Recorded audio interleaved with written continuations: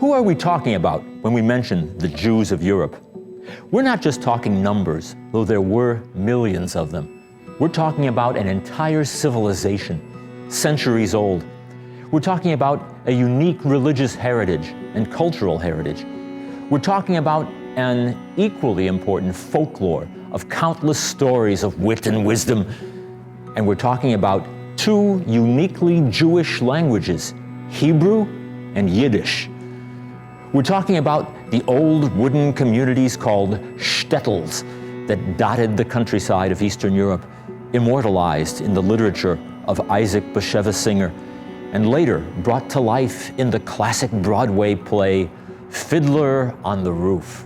Demographically, there were by 1800 some 2.25 million Jews in the world. By 1880, that number had ballooned to 7 million. By 1914, there were 13 million Jews in the world. In 1850, 2,350,000 Jews called Russia their home. By 1900, 5 million lived in Russia, in spite of mass emigration to friendlier destinations. In general, the 19th century was a time when things were looking up for European Jews. All through Western Europe, Jews at last received full civil rights. In France, Holland, and Belgium by 1831, Denmark by 1849, Austria and Hungary by 1867, Italy by 1870, Germany and England by 1871, Switzerland by 1874. Jews were free to vote, run for office, enter professions, join the army. Yet, antisemitism remained the dark background noise of the continent. Often given a veneer of pseudo-scientific jargon, Semites versus Aryans. The Russians didn't know what to do with their Jews. They only knew they didn't want them scattered throughout the land. So they restricted them to a crowded region known as the Pale of Settlement, a vast area stretching from the Black Sea to the Baltic and comprising nearly 1 million square miles. The Orthodox Christian peasants of the region, of course, lived in misery. And the Russians in general found it easier to blame the exploitation of the peasants on the Jews than on the Catholic noblemen who oppressed them.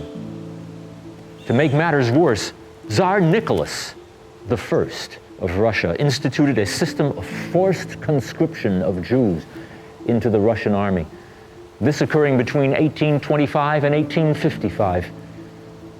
Young people could be taken into the army from the ages of 12 to 25, and they had to remain in military service for 25 years. Each community was given a quota of young people to be inducted. Jews would do anything to prevent their young men from being taken. They would falsify birth records, conceal their children, or maim them so they would fail the physical exam for the army. These children, some younger than 12 years old, were not likely ever to be seen again. It was a time of horror. In April 1881, an anti-Jewish riot, a pogrom, broke out in the city of Kiev.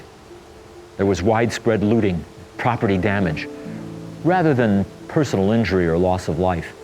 But repression became more systematic. Under the temporary regulations of May 1882, the so-called May laws, Jews could no longer settle in rural villages, even within the Pale. Those Jews who left the villages for towns, even briefly, were forbidden to return. Many small towns were reclassified as villages and closed to Jews. Jews were forbidden to trade on Sundays and Christian holidays. Quotas were put in place, limiting access to universities and the professions. Jews were confined to the overcrowded cities of the Pale. They were harassed by police who were charged with enforcing these regulations. From Kiev, the riots spread, hitting over 100 Jewish communities. There were deliberate acts of arson, the old wooden shtetl communities being particularly vulnerable. In 1891, the Jews were expelled from Moscow, reaffirming the Pale of settlement policy. In 1903, a particularly violent pogrom took place in Kishinev. The location of these pogroms has been meticulously mapped, and the sheer area they impacted is nothing short of staggering. Pressures increased each year. Press censorship intensified, along with the drumbeat of anti-Semitic propaganda. Yet the effect of the pogroms was quite the opposite of what was intended. Historically, Jews had lent their support to the secular authorities. Now, for many Jews, especially the youth, persecution only intensified resentment against the government. Each year, between 1881 and 1889, an average of 23,000 Jews left Russia. Most of them eventually made it through the gates of Ellis Island and became US citizens. Fewer stayed in Europe, and fewer still made the long journey to Palestine. Meanwhile, back in France, in 1886, a newspaper called La Libre Parole began printing exposés of a Jewish officer, Captain Alfred Dreyfus, who had reportedly passed military secrets to Germany. The charge, of course, treason. Such was the background of the notorious Dreyfus affair, an international scandal that, on a political level, split France in two. It was France's 19th century version of Watergate. Interestingly enough, Hollywood's own Richard Dreyfuss discovered that he is a descendant of Captain Dreyfus himself.